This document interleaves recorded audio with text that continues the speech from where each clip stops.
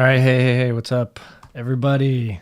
We're actually kind of lucky that we're live right now. I actually didn't know if it was going to work because YouTube just updated something on their back end with their like API, something how it connects to certain softwares. And apparently, a lot of people that have been trying to stream today haven't been able to because of some back end code sort of thing. But it seems like it's working, and I'm happy about that. Happy I didn't have to do anything like super weird, like create a new video or something. And then like half the people are still trying to watch the old one, and but yeah, it's working. So we are going to let a few more people join. I'm going to play this video real quick, this little intro video, and we're going to get started.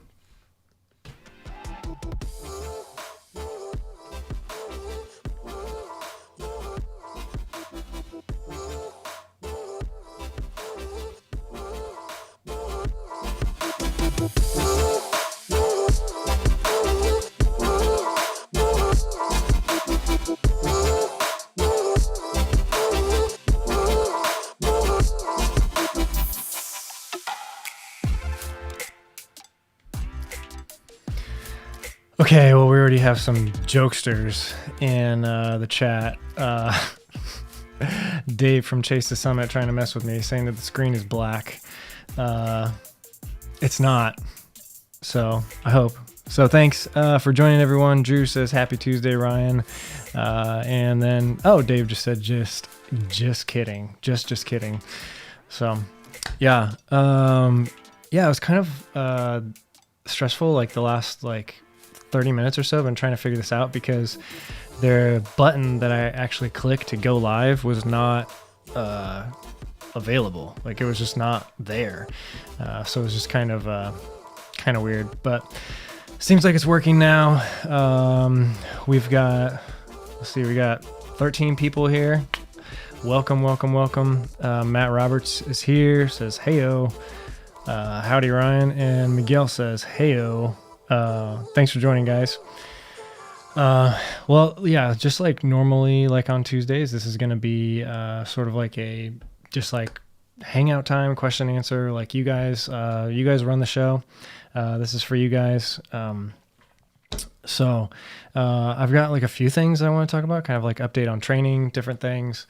This is probably going to be a short stream. I'm thinking, I don't know, like maybe like 30-40 minutes or something. Normally we go past an hour, but I'm actually not feeling really well today. If you guys follow me on Strava, I had a really rough run today. The kids have actually been sick. They got sick last week, and we kept them home like today, and then all of a sudden it hit me today. Same thing. So feeling a little bit run down. Could have to do a little bit with how the last 2 weeks have been. But I don't know. I think I just got a cold like what they had. We did this interesting like virtual doctor visit today. My wife just like was on Skype, I think, or something with the doctor, and for the kids. So they don't think they have COVID, and I don't think any of us do. I think it's just we're run down with colds right now. But I've got just like that achy feeling. So as far as like training goes, like I think I'm just going to be kind of taking it easy for a couple days, just like nice, short, really low intensity runs. Was planning, like if I was healthy, if everything was going right, I was going to try to kind of jack up the intensity a little bit this week and drop the volume slightly, tapering into the next 2 weeks for a 50 miler, self-supported. That's the plan. Yeah, at this point, I'm just gonna kind of take it one day at a time. Like today, I just went out and I was like, I want to shoot for 5 miles. And if I have to walk for a while, I have to walk for a while. And towards the end, like I had a point where I was just just like overly exhausted. And it's kind of like there's like probably the virus thing going on in my body, whatever I have, but it's definitely like that compounded with how training's been going recently. Let's jump into some questions. What do people have? And you can ask like any type of questions. Like it doesn't have to be about running. Doesn't have to be about coaching. It doesn't have to be about anything that we normally talk about here. You can ask about anything. I just did an interview last night with Bigger Than the Trail. It's kind of like a live stream for their Patreon supporters with Rob from Training for Ultra. And we just talked a whole lot about Triple Crown and all that. But it was fun. They kind of asked some super random questions there. But Ultra Dad says, evening, man, really enjoyed the Tahoe BTS. What software do you use for your video editing? Good question. For the longest time, I've used Premiere Pro and all of the Adobe apps. So like After Effects, Photoshop, Lightroom, just totally in that world of just like everything Adobe. And that's where I really learned like over the years how to edit video. And Premiere Pro it's really great. Like it definitely has some weaknesses. It crashes a lot. There's some quirks about it that are just like, some things are just not as easy to use. But it's really great. That's what I built the whole, basically my whole YouTube channel was Premiere Pro up until maybe like the last 4 or 5 months. But the whole Triple Crown series was all Premiere Pro.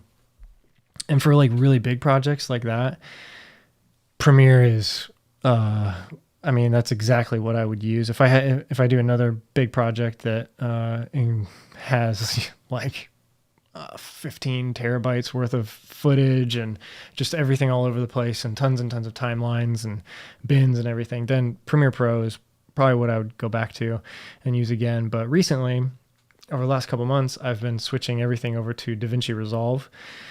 Because DaVinci Resolve is really great for coloring. It's like the best consumer grade coloring software that is out there. And they've been making some really big improvements to their nonlinear editor and also their effects.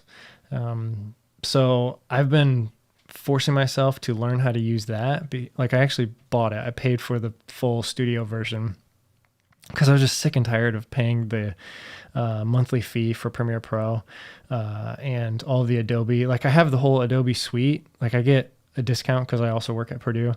But it's still, I think it's still like $38 a month or something for the whole suite. And if I didn't work at Purdue or if I wasn't a student somewhere or something, like that's basically what it is, a staff or student discount. I think it's like $60 or $70 for the full suite for Adobe, and that's per month. And that's just, I don't know. I was sick of that, and just kind of didn't want to keep paying for it. So the DaVinci Resolve Studio is $300, and so I was like, okay, if I buy that after whatever 10 months or so, it'll start paying for itself. Pretty much. I still haven't canceled my Adobe subscription because I still have a few like lingering projects and video files that are just kind of still in that ecosystem. But pretty soon I'll be able to cut ties with Premiere and Adobe After Effects. I'll keep Photoshop and Lightroom because those, I'm used to those. Some people were recommending Affinity Photo, so I'll check that out too. But right now everything is DaVinci Resolve, and after spending a couple months in it, like there's some like kind of weird things that are a little bit harder to do than Premiere, but there's a lot of things that are way easier to do than Premiere. It's a little bit smarter. Like it takes a few of the steps out of setting up a project. Like it's just like little things, like it takes all of your video footage, no matter if it's 1080, 2.7 or 4K, and you can just click a setting in the project settings that it just makes it all full screen, and you don't ever have to mess with that. And like, so there's just little things with DaVinci Resolve that make your workflow a little bit faster. And then obviously the coloring is just head and shoulders above anything else. And I'm starting to like Fusion, which is the effects panel in it, a lot more as well. But the cool thing about DaVinci Resolve is that there's a free version that you can download. Anybody can download. I used this for a long time, and the only thing it doesn't have is some of the effects. it's got everything else. It doesn't leave watermarks. It's pretty much the full software. And you get your nonlinear editor, you get your sound panel, you've got your effects, you've got coloring. Like the only thing it doesn't give you is some certain effects. Like it doesn't give you like all the film grains that they add in and just little things like that. But at the end of the day, you can download DaVinci Resolve for free and start making pretty incredible videos. Like you don't need to pay for anything. So that's what I would recommend. Anybody wanting to get into video editing, just get a GoPro or start filming on your iPhone or something, and then download the free version of DaVinci Resolve, learn how to use it, and go from there. So what's up, Liam? What's up, party people? We are partying tonight for sure. Dan Darling. Hey, Ryan, how's it going? Good evening to everyone else as well. What's up, Dan? Thanks for joining. Plots 33 is here. Good evening, everyone. And yes, hopefully not COVID. Yeah, I really don't think it is. I mean, I think everyone in my family's sick right now. But I think we would be in a much worse place if it was. I think it's just some virus that's going around school. Like we quarantined for 6 months or whatever, and like perfectly healthy the whole time, never even had a sniffle. And then 2 weeks of sending the kids to school and the whole family's sick. So yeah, it is what it is. Matt Roberts says, more power questions. Can you outline how it works when, say, you have to hit a moderate power number, but it's hot, so the effort to hit that is higher? Trying to get my head around pros and cons. Yeah, that's a really good question. And that's why I always tell people not to live and die by one metric. You kind of have to use them all and interpret them either while you're out on your run or after the fact, and then try and learn from what happens. So yes, specific example, if it's really hot out and you're supposed to hit a certain power, so like say you have an interval where you're supposed to hit like 300 watts or something like that, but it's so hot that you find yourself like your heart rate is getting way higher than it should, and it's really, really hard to keep that 300 watts for whatever the interval is. That's the sort of thing where it's like you kind of just need to make a judgment call in the moment, and you need to decide whether or not you're going to back off a little bit or push through it. And then that 300 watts, it is like a measurement. The power is a measurement of exactly what the energy expenditure that you're putting out. But things like heart rate, things like your pace, things like your rate of perceived exertion, those are all things that also need to be looked at and judged when you're in the middle of an interval. And I just actually just witnessed this like long like Facebook argument, I think it was yesterday, about people arguing what the best metric to look at was. And one person that is apparently some coach or something, I don't know, was just saying that heart rate is such an outdated metric to look at, and rate of perceived exertion is the only thing that you can really trust. And someone else was like, well, what about power? And it was just like, people were like, oh, I only train by pace, and that's how my track team did it. And it's like, I mean, at the end of the day, it's all metrics that we can look at to judge our performance. I don't think there's one, like if there's one, if there's one that is better than the other in 10 ways, it's probably worse than the others in 4 or 5. So you just kind of have to throw it all in the pot. And if you only have money for a pair of shoes, use rate of perceived exertion and go out. You don't have a watch, you don't have a heart rate monitor. Just go out and you say, I want to do what a lot of people do is they'll do a workout scale of like 10 or something. And they'll say, okay, today's run is going to be a 5. So you go out there and you're like, I'm going to run 5 out of 10 effort level. Like, okay, great. Or today's effort, we're going to throw in some 7 for a couple minutes and some 8, and then we're going to do a 10 all out sprint on the way home. If that's all the money you have, like, great. Like, just use rate of perceived exertion. That's what a lot of actual cross country teams do. That's what a lot of probably Olympians do. I mean, I think, some of the best marathoners in the world probably hardly ever put on a GPS watch. And everything is based off of perceived exertion. If you have the money for a GPS watch, you can start doing some stuff by pace. You can start trying to hit certain paces. If you grab a heart rate monitor, great. Now you've got 3 data points that you can look at. You got your exertion, you've got your heart rate, you got your pace.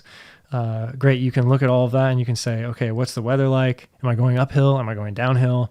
Did I skip breakfast this morning? Have I not been sleeping well the last couple of days? Is work really stressful? Then get a power meter like Stride, Run Pod, and now all of a sudden you've got a lot of data to look at. And it's just, so that's the thing. It's like when I coach my athletes, I don't rely on one thing. Like, we have targets, but I always tell them, like, if something is going really wrong and it doesn't feel right, then just back off a little bit, or maybe push a little bit harder.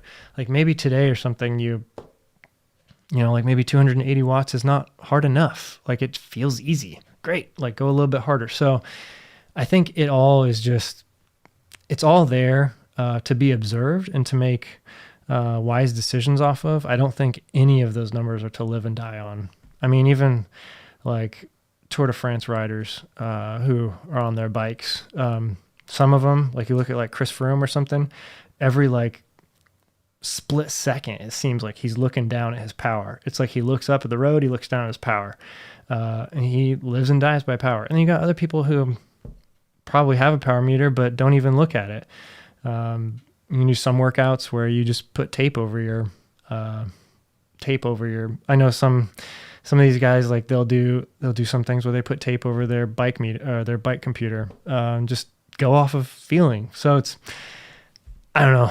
I kind of ranted a little bit there, just because I was, sorry if that didn't really answer your question, but, ask a follow-up question if it didn't. But I just watched this Facebook argument and I was just like, this is so, like, I don't know. I don't claim to know everything. But I do know that it's all just data that you can kind of compile and make decisions off of. You don't have to, one's not better than the other.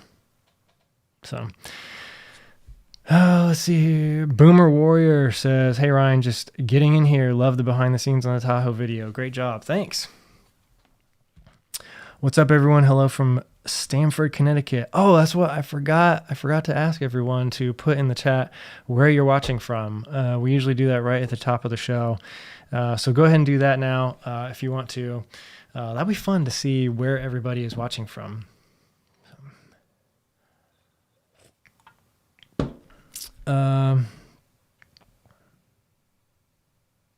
Yeah, Boomer says, bummer, hope you feel better soon. Thanks, man. Kind of concerning that schools are supposed to be keeping their buildings very clean, following CDC guidelines, and already viruses are going around. Yeah, I mean, it's happening. I mean, my kids are 5 and 7, so like, I mean, we knew there was no chance that they would go a full day without touching their eyes or their mouth or something like that. I mean, it's just, it's not possible. Like, we know something's going to happen. We're just hoping that schools make wise decisions.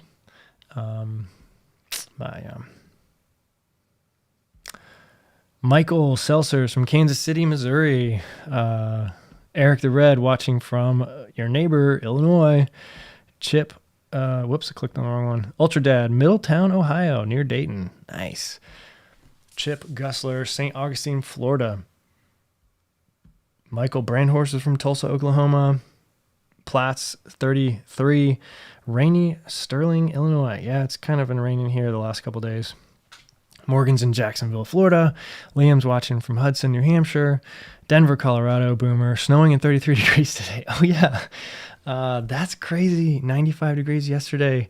Saturday was 100 degrees. That is some absolutely wild weather. I saw that going around Facebook and everything. Oh my gosh, that's crazy. Like, I saw some map. You guys probably all watch Seth James Damore. He like did some screenshot of some map, and it was like fire, ice, snow, fire. And it was just like, this year is so crazy. No one's ever going to forget this. Straight out of Canton, Michigan. St. Michael Hikes is in Florida. What's up? And I missed a question up here from Liam.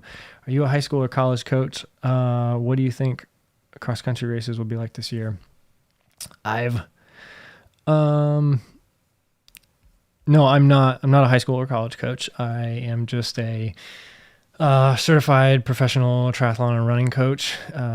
Took some classes and took the exam, get renewed every 2 years. So have a professional certification to coach, and I've been coaching for maybe like probably like 6 years now, 5 or 6 years. I think I started in like early 2015, something like that. But it's all online, and just have a team of athletes who's all training for different distances. Some people have never had a coach before, and they're just trying to get healthy. Others are trying to go for PRs on 100 milers. So it's all over the place. And I have some triathletes too. They're doing half Ironmans, sprint triathlons. So it's all good. Oh, John Truelove is here. What's up? Hey bro, it'd be super helpful if you get that BTS Moab done ASAP. Thanks. Oh yes. That's coming, buddy. So John Truelove is an Indiana runner. And you've probably seen him in a video or two of mine. But he just got off the wait list into the Moab 240. So congrats to John. Good luck with your big loop around probably some of the most beautiful country I've seen. I mean, if you guys have seen the last 2 episodes of the Triple Crown series, you got a little taste of it. But I mean, Moab is just, it was everything. Like it was desert, it was red rocks, it was like dense wooded forest, it was big mountains, it was ridge running, it was everything. And so yeah, that was one of the most unique races, I think, because a lot of races, like, they'll go through different types of, I guess, like, ecosystems. But that, I mean, being like 240 miles long and it's a loop, I mean, you're like standing in Moab City and you're looking at like mountains that you can barely see, and you're like, oh, I'm going to run through those. And that's only like part of the loop, and I got to come back. So, yeah, good luck, man. I mean, you're going to love it. Like, I can't wait. I can't wait to see how you do, buddy. Yeah, just don't go out at like the pace you normally run hundreds at. That's all I'm going to tell you. That's the only advice I'm going to give you. John likes to go out and run like the front half of 100 milers in like 8.5 or 9 hours. Oh man. Morgan says, asked about the Rivs t-shirt. Are they available somewhere? Oh yes. So this shirt, Run with Rivs, is the proceeds. It's from, sorry, I was looking, this is a backwards mirror. Craft Sportswear. You can just like Google them or something. Maybe I'll see if I can find the link. But it's like a fundraiser for his family, for his medical bills. So the shirt, I think the shirt was like $30 or something, but like over half of it goes straight to this fundraiser. So it's just a good way to support. If you guys don't know Tommy Rivs Pusey, he's just had some, he's one of the most likable professional ultra runners I've ever met. I haven't met a ton, but I met him at Run Rabbit Run, ran with him for like 2 minutes out of an aid station. And he was just like, just super, super cool. And I've been following him for a long time, but he has had some just very, very serious medical problems, that he's barely survived, but he is hanging on. And so yeah, I'll see if I can drop a link for that soon in the chat somewhere, and you guys can check out this shirt. Oh boy, John says, I am, you know it. Oh, well, I'll be following your spot tracker. That's for sure. I won't even sleep. I'll just follow it. I'll follow it for 4 days. Unless you think you can finish it in 2. Actually try to break Mike McKnight's record. I think his record is like 51 hours or something, like 50. No, it was like 54 or something. The others he finished in about 50 hours. So go for that. I mean, why not, right? What's the worst that can happen? Plot says, good luck, John. Let's see, lots of questions, lots of people in here. Awesome, this is great. Boomer Warrior says, although many sizes, both men's and women's shirts are sold out. Oh, so Boomer, it looks like Boomer found the link. It looks like a lot of sizes are sold out, which is good. That means a lot of money is going to his family and for his medical bills. But yeah. Ultra Dad says, any interesting projects on the horizon that you can tell us about?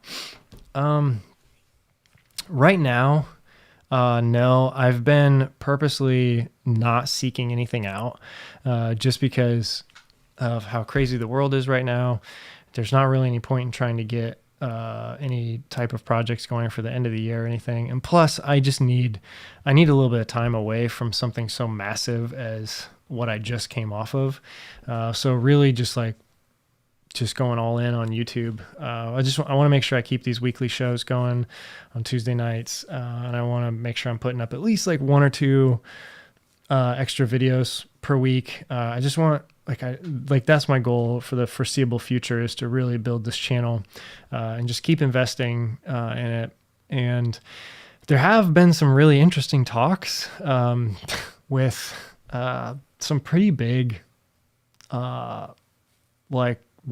TV channel, like an actual TV channel. But it's just, just kind of like meet and greet, getting to know people, just emails, hey, stay in touch. Like, let's update each other on how things are going and things like that. So I think that's kind of how it goes. Like once you start getting contacted by people, I don't think it's kind of like, I just think that's how it goes. I don't know. I've never done this before. But it was pretty fun. But right now, no big projects. If something came up, I probably wouldn't say no for next year. I think it'd be really fun because races next year are going to be, oh my gosh, they're going to be so exciting. After this year, people are going to be so amped up to race next year. I mean, just think about I really want to go back out to Western States, and hopefully it won't be for filming. Hopefully it will be for crewing and pacing.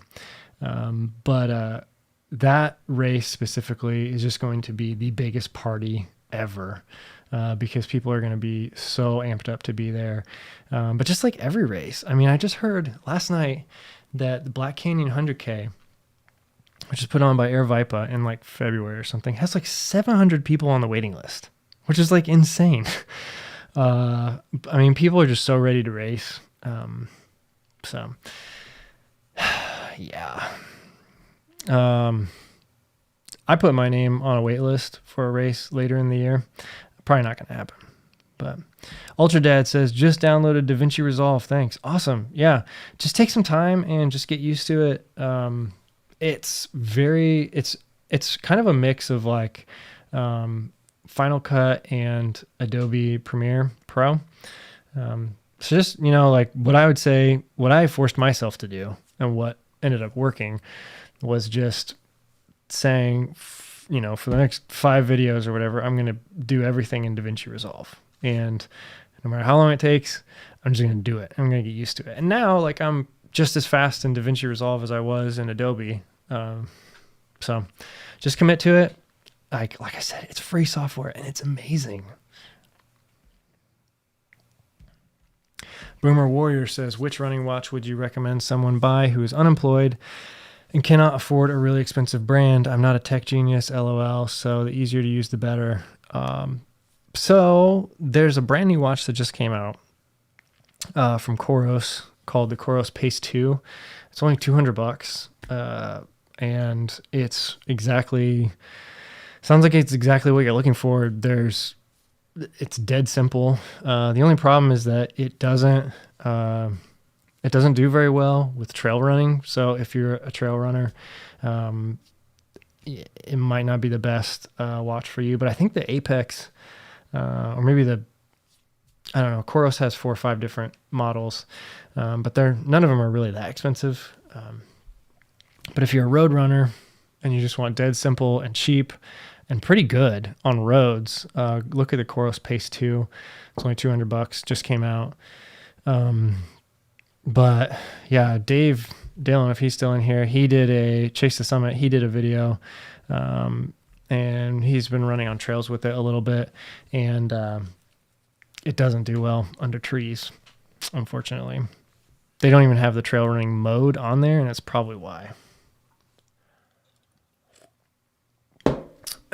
So that's what I would recommend, Pace 2. If you can't, if you're really into trails, check out, I don't love recommending this, but the Sunto 9, I think is on a huge sale right now. It was on a Labor Day sale, so maybe the sale's over, but I think it was like 50 or 60% off. And that's a really solid watch. It just feels like it's about 10 years old. Everything about it, it's big, it's clunky. It's like the software on it, just feels like it feels like an operating system that was on a watch 5 or 10 years ago, but it's pretty reliable and it's got pretty good GPS. The heart rate monitor on it is pretty good. I used it, like Sunto sent me one last year, and I used it for probably, I don't know, 9 or 10 months exclusively. Didn't use any other watches at the time, and it served me really well. Does well on a treadmill if you have a pod. I connected it to my Stride pod, so that's one to check out. I would not recommend like the Sunto 7, because that you have to have like a Android phone, and I've just heard it's not great. But Garmin 245s are okay, like they're fine, pretty good. But yeah, those would be my recommendations. There's a lot out there. Check out Chase the Summit's channel. He's reviewed probably pretty much everything. John says less than 3 days would be fine for Moab 240. Yeah, that'd be awesome. Like that'd be a pretty stout time. Go for it, man. And then you can sign up for email notification when restocked. Okay, cool. So it looks like these t-shirts, you can sign up for email and be notified. John Truelove says, which race do you tell? Oh, I didn't say. So actually, I think it's one you did. It's the No Business 100. It's on October 16th. That was like the day that I kind of like targeted with my training anyway, to be the day that I would like shoot for either self-supported or try to find something on that weekend. And I was checking out the wait list, and there wasn't that many people on it. Like I signed up a couple days ago, and I was like number 26 or 20 something on the wait list, and now I'm like 22. So it's moved a few spots in a few days. I don't know if it's going to happen or not. They don't have like a really good refund policy or anything. So I think if races would say, due to COVID concerns, if you're interested, like you can transfer to next year, no problem, or take a little bit, like transfer next year with like 80% credit or something. I think they would get a lot of people doing that, and then they could move their wait lists quicker, but it didn't look like there was anything for No Business 100. But that's down in Tennessee, like it's like the northern part of Tennessee. Oh no, John says he dropped at 92 miles on that one. Oh no. Oh, I didn't know that. I thought, oh shoot. Well, I don't know, man. I don't know what to tell you. But yeah, so we'll see. My good friend Russell House is number 3 on the wait list right now.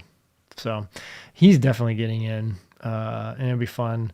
It'd be fun to go down and join him. It's on October 16th. And then there's another race on that same weekend, the Cloud Splitter 100, which would be probably really stupid to jump into because there's like 26,000 feet of elevation gain. So it's like a true mountain race in Virginia. But another one of my friends, Matt Cantrell, is doing that one. So I have like two options on that weekend if I decide I don't want to do self-supported, because I don't know. I was kind of like enchanted by the idea of going out and just doing a self-supported 100-miler, and kind of like the closer it gets and the more I think about it, the logistics, and I don't know. It's not as appealing anymore. But we'll see. But yeah, the No Business 100 is it's supposed to be like, I've heard really good things about it. And they've got like a really, really solid like plan for keeping everyone safe. It's kind of like wave starts, just like a lot of races are doing. Aid stations are just kind of like, you go, like you kind of like tell them what you want. They put it in a cup or something and you go. Even check-in, like you're not allowed to, like there's like big bold letters, like you're not allowed to walk up to the table and pick anything up. Like we will hand it to you. So it's like, and it's like in and out, like you're not allowed to congregate at the finish line, or aid stations, they've got separate places for people that need to sit. And so I think like, I don't know, like I think some of these races have kind of been figuring it out and people have been building on that. I know John just 2 weeks ago or something did Burning River 100. And it doesn't sound like anybody really got sick from that. So it sounds like races are kind of figuring it out, and runners are adapting to it and making it work. So I don't know. I'm really excited because it kind of like, after seeing a bunch of races do it right, and then seeing how No Business is seeing their guidelines, I'm actually like pretty amped up now and really want to get into this race.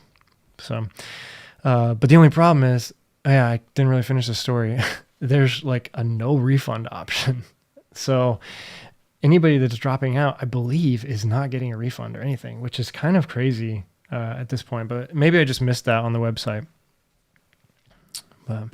John says it's a great course, lots of horse trails with steep up and downs. Nice. Yeah, there was two there. So there's, if you look it up on All Trails, I need to talk to you about this probably, John, but if you look it up on All Trails, it says the total elevation gain is like 8,000 feet, but on their website, it says the total elevation gain is 15,000 feet. And so I'm going to plan on 15, and make sure I train some hills for that. Ultra Dad says my Apex is amazing. Might make a video on it soon. Nice. Yeah, if you guys haven't, go check out Ultra Dad's YouTube channel. I watch pretty much everything he puts out, so go check it out. Boomer Warrior says, thank you. I'm an oldie beginner on paved and trail, so maybe the Sunto. Appreciate the tips. Yeah. I mean, watches are so funny because, like, I mean, for the most part, you get one and you learn how to use it and it just works. I mean, John swears by one. I don't even know what it is. It's like some off-brand something. I'm probably not giving it enough credit, but I'd never heard of it and use it all the time and love it. So I think you just like, you get one and it works for you. Everyone always wants like the best and all that. And I mean, if you're doing certain things and you need certain features, then great. Like with the Coros watches, like their battery, like I plan on using Coros for probably all my ultras from now on until some of these other companies figure out their battery strategy. Cause like my Coros Vertex, it says it's got 60 hours of battery life. So it's like, okay, like why not just use it? I mean, it's a good watch. But anyway. Oh, this is interesting. Platts 33 says, canceled my Pace 2 order today and ordered the Apex 46 millimeter. Pace 2 ship date got pushed back by 2 weeks, and then the trail GPS issue made my decision easy. Yeah, there you go. It sounds like it's got some problems with GPS in wooded areas. Yep. So wanted to see real quick. I want to make sure I can get this thing in here. Where is it? I just got a new shipment of Hemp Daddy's CBD oil, and I wanted to give you guys a discount code, and I'm looking for it. I promise. I don't know where it is though. It's probably in one of my videos. I'll find it real quick. Here it is. I'm going to put it in the chat right now. If you go to Hemp Daddy's, like if you want to try it, so like CBD oil is like pretty expensive usually. Even this stuff is kind of expensive, but I use it like all the time, and I swear by it. I've tried going on and off it, and I feel like my recovery isn't as good. And I'm not like I am an ambassador for them, and I have a discount code that you can use. So take everything I say with a grain of salt, but I'm trying to like back off as much of this kind of like sponsored ambassador sort of stuff, and just kind of be like a master of none sort of thing. So that I just feel better about promoting things. But Hemp Daddy's is probably one that I won't back off of because I just believe in it so much. Yeah, I'm really excited that this new shipment just came in, because with all this, these like past 2 70-mile weeks, like I ran out like a week ago, and I need this, I need to get my recovery going back again. But the owner, Caleb, is a really great guy. So go check them out. If you've ever been interested in CBD oil, like I said, I know it's expensive. It's hard to get into, but it is what it is. It helps with recovery a lot if you take it regularly. But let's see. I wanted to throw up what my training has been looking like. So let's see here if I can get this. So this is my Strava. The last couple of weeks have been pretty sweet. 70 miles, and then today just like, well, this week 2 5-milers. But I'm feeling, so like if I pop over here to my training peaks, I'm feeling like the next, like this week is gonna have to be like, I'm like, I deleted everything off of this week, and it's just going to have to be every single day when I step out the door, I need to figure out what my run looks like as I start running because of this like sickness or whatever I've got going on. So I deleted everything. My plan was to get like 60 miles this week and then back it off even a little bit farther for the next week while I build into the 50-miler. But we'll see how it goes. It's been like, today was really rough, and like I'm really glad I got through this really long run, and then kind of like a back-to-back. I did 8 miles a day after, Saturday and Sunday. Getting sick this week is probably the best week to get sick. Honestly, because I can probably get better in just a couple days and not miss a whole lot of like really crazy training that I was getting the last couple days, or the last couple weeks. And then you can see here, like I'm building back up. My CTL's at 73 today, so hopefully I'm banking on the fact that in about 6 weeks I can get up to about 100 for my 100-miler, which would be right up here. So that's the goal. That's what we're shooting for. But training's been going like really, really well. And I've just been really happy with how it's been going. Like I said, like last month hit 249 miles. Just had a couple really big weeks.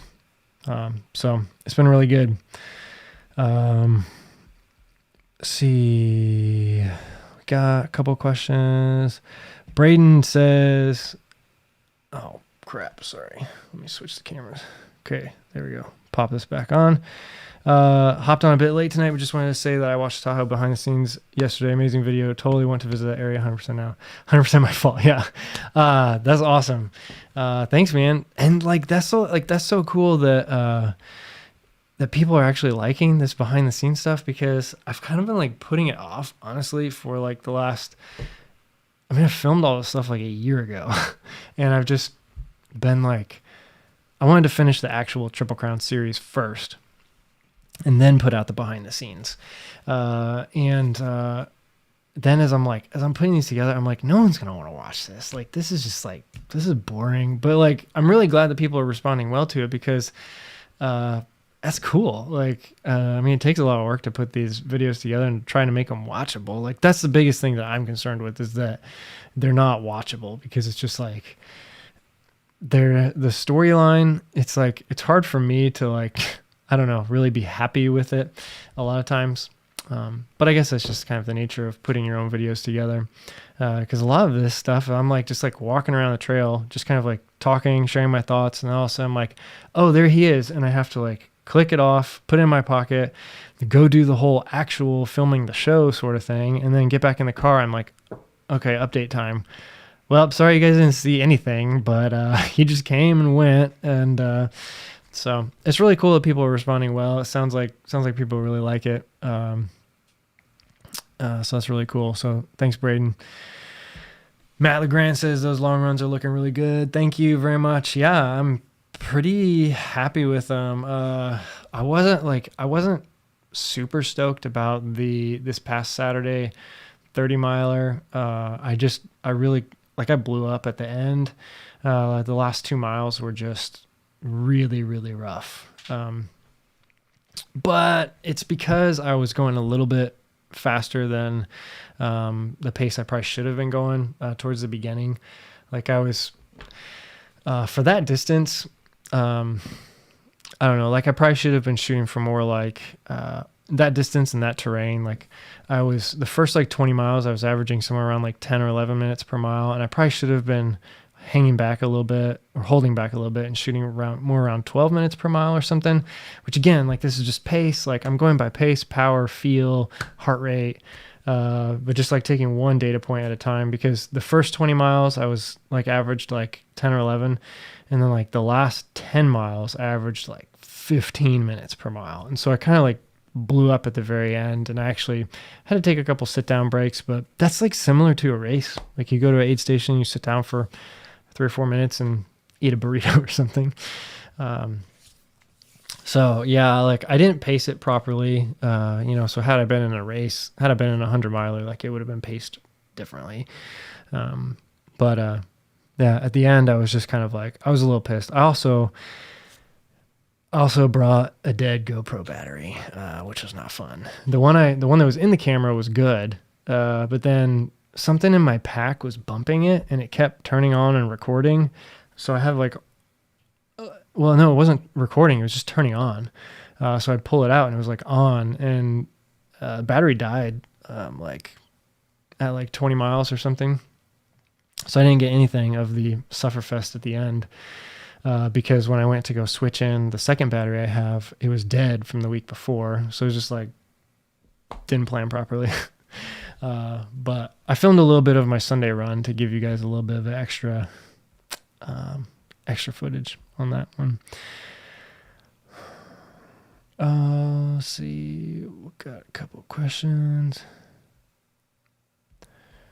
Miguel says, hey Ryan, how have your runs changed in response to the weather and daylight hours here in the Midwest? Any difference in scheduling or length? Good question. My runs haven't really had to change a whole lot, because during the week I do everything during like the lunch hour, which I love running. I love running for about like an hour in just like blazing hot sun. I don't know why. It's just like, I just love it. Once you start getting past an hour, I start falling apart, because I'm a taller guy. I just have a lot of surface area to heat up, and I I start falling apart in the heat, you know, once I go past an hour, if I'm not being careful with hydration and all that. But I love going out and like in the middle of the day and just kind of like blasting myself for an hour in the heat. I just think it's in the sun. I just love it. So I haven't really had to change a whole lot because I run in the middle of the day.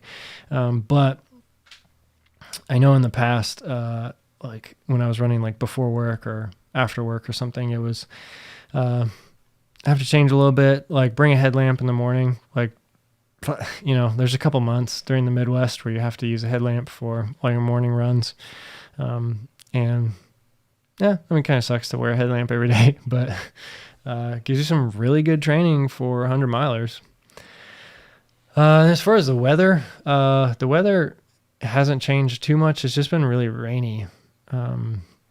It will start getting cooler soon, which is, I mean, that's good too, because that'll help you. Like the more training and everything you can do during the heat, it just puts you at that bit much more of an advantage for when it gets cool. So I'm really excited about that, because in the past when I've had really good summers of training, especially like when I did triathlons, like when I did, I think, so in 2016, I was training for Ironman Louisville, which was in like beginning of October. And that was just like perfect, because I destroyed myself all summer in the heat. And then as soon as it started to cool down, like my power on my bike just shot up, like my pace on the run just shot down. And it was just like, it was really, really cool, because it was like, oh my gosh, like I felt like I just got a whole lot better when all that happened was it just got cooler. But yeah, so haven't changed a whole lot. But things are going to start changing rapidly. And the last couple of years in the Midwest, we haven't even really had a fall. It just pretty much goes straight to winter. So hoping for a nice, long, cool, crisp fall. Really hoping for that. All right. Wow, we've been going we're almost at an hour. I actually feel pretty good right now. Like, you guys are bringing the energy. So thanks, guys. Wow, got 43 people watching right now. This is awesome, guys. There's so many questions. I can't even answer them all. So thank you guys so much. Let's see if I can, what we got here? Ultra Dad dropped a few comments. I've been doing 2 shorter long runs per weekend instead of 1 super long run each weekend. Cool. What do you think? Should I be doing 1 major long run?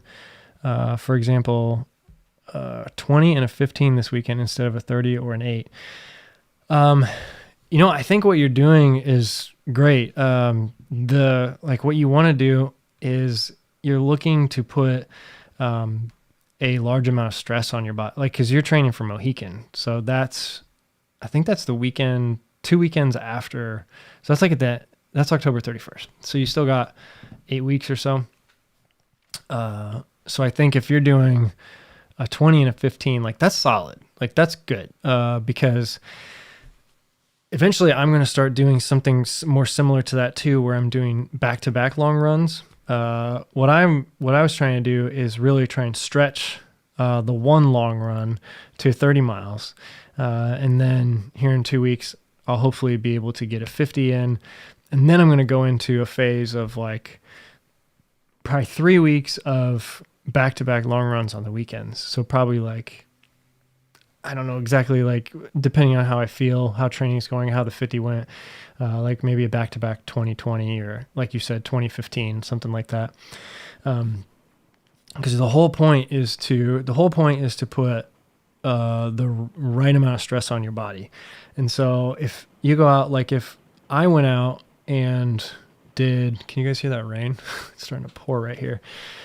If I went out and I did like that 30 miler, and then on Sunday I couldn't even get out of bed and do the run I had planned, it's like, okay, fine. Like, I got the 30 miler in, but my goal was to really stretch out this stress over time and force my body to recover quickly and then hit it again.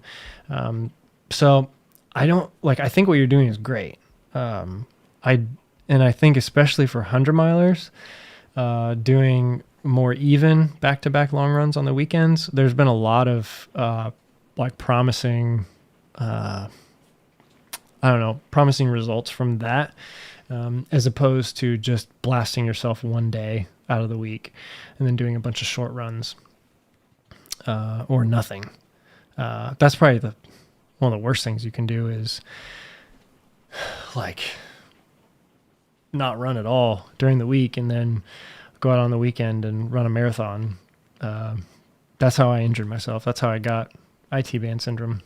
So don't do that. You need to build up consistently, but back-to-back long runs are great. And so like I'll be doing more similar, like 2015, 2020, something like that on Saturday and Sunday, here pretty soon. So nice work with that. St. Michael Hike says the BTS makes you want to watch the whole series again. Awesome. That's cool, man. Thank you so much. And then Bernard says, yeah, BTS is awesome. Thank you guys so much. Chase the Summit. Dave says the BTS sold me when I realized we use similar gimbals. Nice. So he's talking about kind of like probably like halfway through the Tahoe BTS. I'm sitting on a rock waiting for Rob, like I always was during that whole thing. But I'm standing next to my gimbal and I was just kind of like explaining what it was. It's the Feiyutech. I think it's called like the AK 4500 or something like that. Kind of interesting name. But they, Feiyutech, they've been making some really good gimbals. Like everyone knows DJI and everyone wants DJI, like Ronins. And I used a Ronin at Western States. It was fine. It's huge though. And it's very hard to run around with. It's really hard to set up. So I wanted to, for the Triple Crown series, I wanted something slimmer, easier to use, but then also just as powerful. And so this, when I got it, it was like brand new last year. And it's like a regular gimbal that you see everyone has, but then it's got an extra arm so you can like tip it over and like undersling it and carry it it feels like you're carrying a bag, and your camera is like down there on the stabilizer. And so you can like run really fast with it one-handed, and keep it pretty steady. And then like, there's a lot of really cool shots you can get to it, like with it, like really low to the ground. Like that's how I got a lot of those, like as Rob's like walking out of the aid station or something, like you're just like looking at the back of his shoes or something. Like that's not possible it's not as possible with a gimbal that just has the one stick. Cause it's just like once you tilt it that far, like it just becomes really, really hard to operate and keep steady and not smash into the ground. But if you've got this big arm that comes out of it and you can undersling it, and the Feiyutech, it's really great because it's got all the controls and dials on that extra arm too. So I can do all the panning and up, down and everything. And I mean, it's just great. Like this is an awesome gimbal. It's expensive, but it's great. Really, really works a lot, or really works really well. All right, let's see. Mike Hall, what's up? Hey, buddy. Thanks for joining. What's cool? Chase Summit says, what's cool in Indiana? Speaking from a guy from New England. So cool, I would call cool like somewhere in like the 50s or something, like where you're just like, whatever. Like that's cool. Like you're still wearing shorts and a t-shirt. And it's just like really nice running weather. Maybe high 40s. Cold is when you start getting like below freezing. I'm not a huge fan of that. John says, cool in Indiana is anything below 80. Okay, I stand corrected. Today was not cool, 91 or 92. Yeah, it got kind of hot here. It was a little cooler up here. Yeah, we're 2 hours apart. Mike Hall says, I'm smoked after 13.1. Any tips to extend my distance? I'm about 8:25 pace now. Yeah, I mean, the easy answer is slow down a little bit. Like maybe if you want to shoot for something like, whoa, hey, did you guys just see that? Alvin Miller just subscribed. Welcome, Alvin. Thank you so much. I've got these new these alerts that pop up when like someone subscribes or does a super chat or becomes a member of the channel.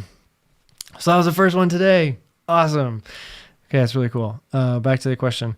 Mike Hall says, after 13.1, any tips to extend my distance? So the biggest thing I would say is just start with just slowing down a little bit. Like if you're 8:25 pace and say you want to go out and run 16, 17 miles, maybe pull it back to like 9:15 or something like that, and just go with that and just do the first 10 miles or something at 9:15 pace. And once you get around that 12, 13 mile, you'll probably feel a little bit better, depending on lots of different factors, honestly. But yeah, for extending your distance, ultra runners, they don't always admit it, especially at work when you're around the water cooler, but there's a lot of walking and ultra running and a lot of hiking.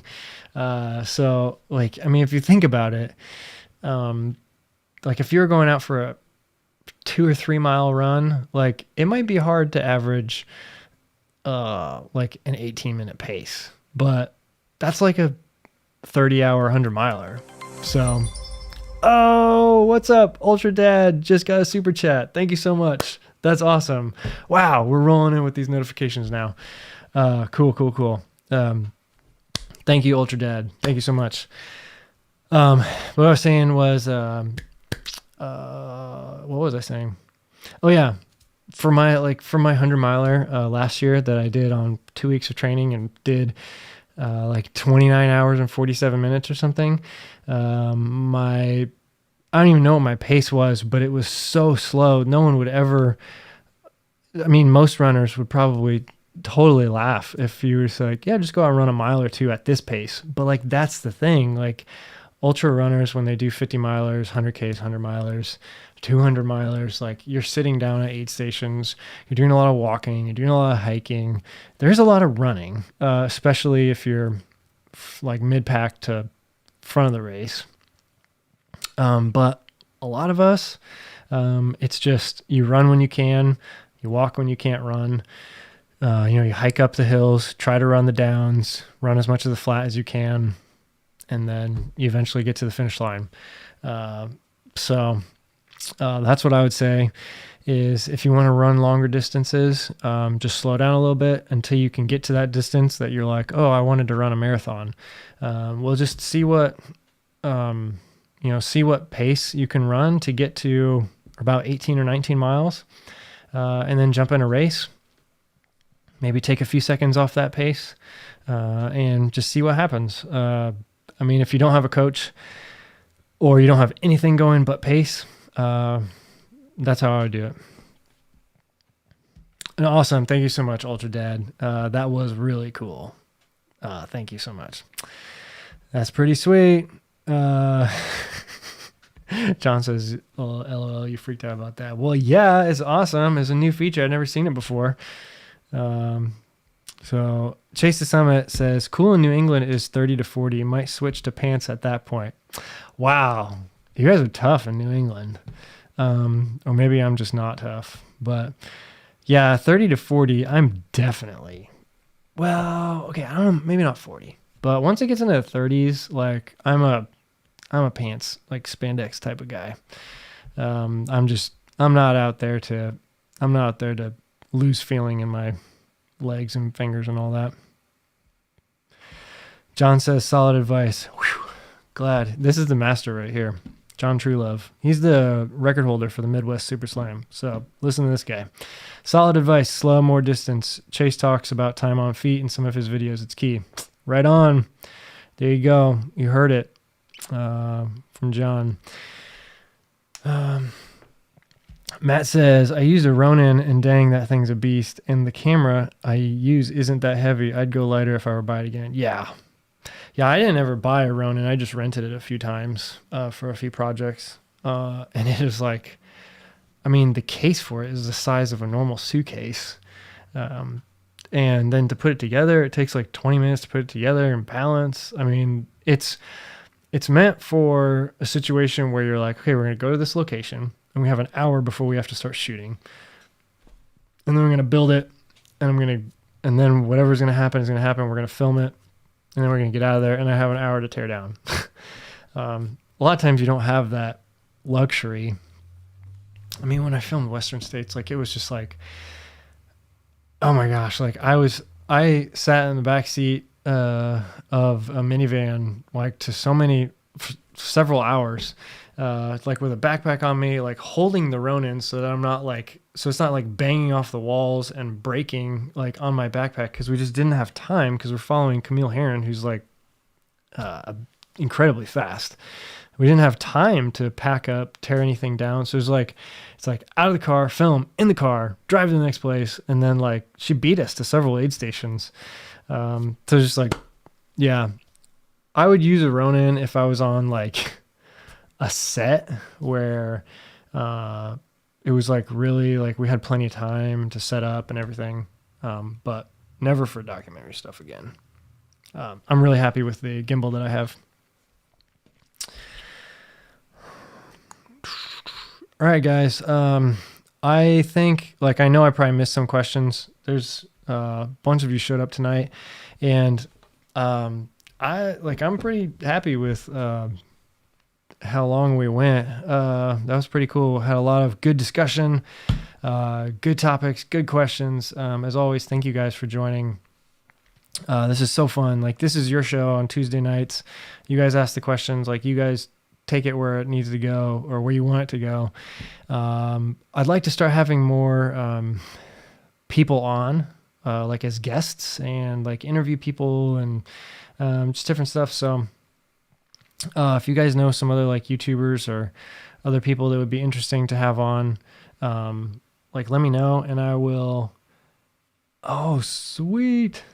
Just got another super sticker, $3 from Mark Garrigan.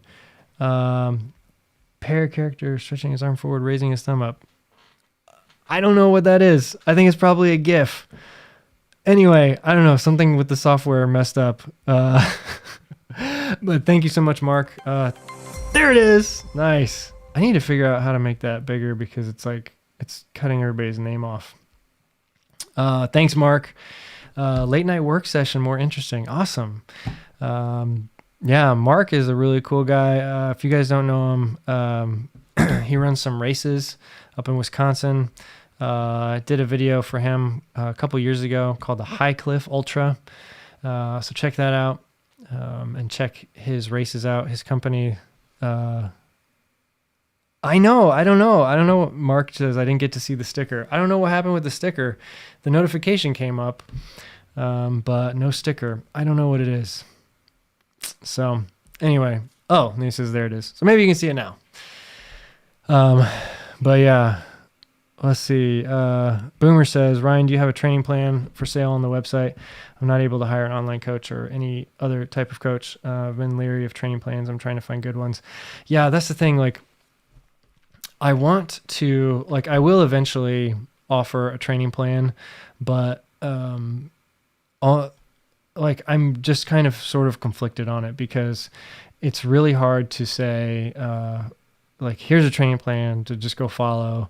And whatever, like me, like being a coach, like I don't like that approach because I would much rather have like a hands-on approach where I'm like looking at your training and diving into it. And like, we're working on it together and we're getting feedback back and forth. Like that's a much better way. But I think I said this like a week or two ago.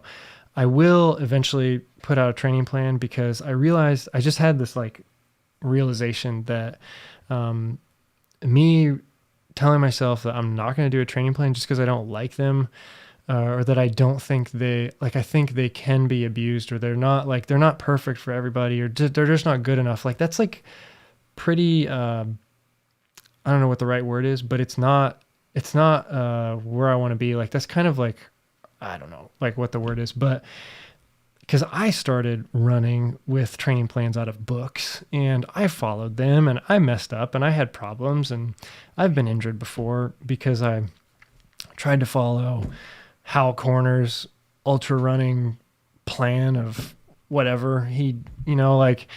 So I've done all that. And so looking back, I was just like, okay, like that's how I started. And I know, like you said, Boomer, like there are a lot of people out there that having a training plan would be like really, really beneficial. And there's a lot of people that don't care to hire a coach or don't have the money to, don't have the time to invest into communicating with somebody about stuff. And you just want a piece of paper in front of you that gives you just kind of like a basic roadmap, and then you make your own decisions off of it. So I will eventually put out probably a couple different training plans and just see how it goes because I don't need to refuse to not do them just because I think hiring a coach is better. So I don't know. That's just like, because like I said, I realized that I started off reading training plans and books and trying to find marathon calculators on the internet and all this stuff and trying to get all that. Like that's how I started with running and triathlon and all that. So all that said, Joel, what's up? Connected a little late to the stream. Glad to have you. We're just about ready to wrap it up. If anybody has any super last minute questions, make sure you drop them in there. But we're going to go. I need to get some sleep so that I can kick this cold or whatever is coming on, because I can feel it. When I get sick, I can feel it like in my back and my shoulders. Like I can just feel it start to get achy. Like that's the first sign for me. I know it hits everybody differently, but that started happening today. And yeah, so I'm just going to get some rest. Awesome. Platt says you'd definitely be interested in a 100-mile training plan. Boomer says good input. Thanks. Cool, guys. Thank you so much. That's where I'm going to stop it. If you haven't, go check out these t-shirts. Support Tommy's family and his medical bills as he goes through this just really tough time. And thanks for joining.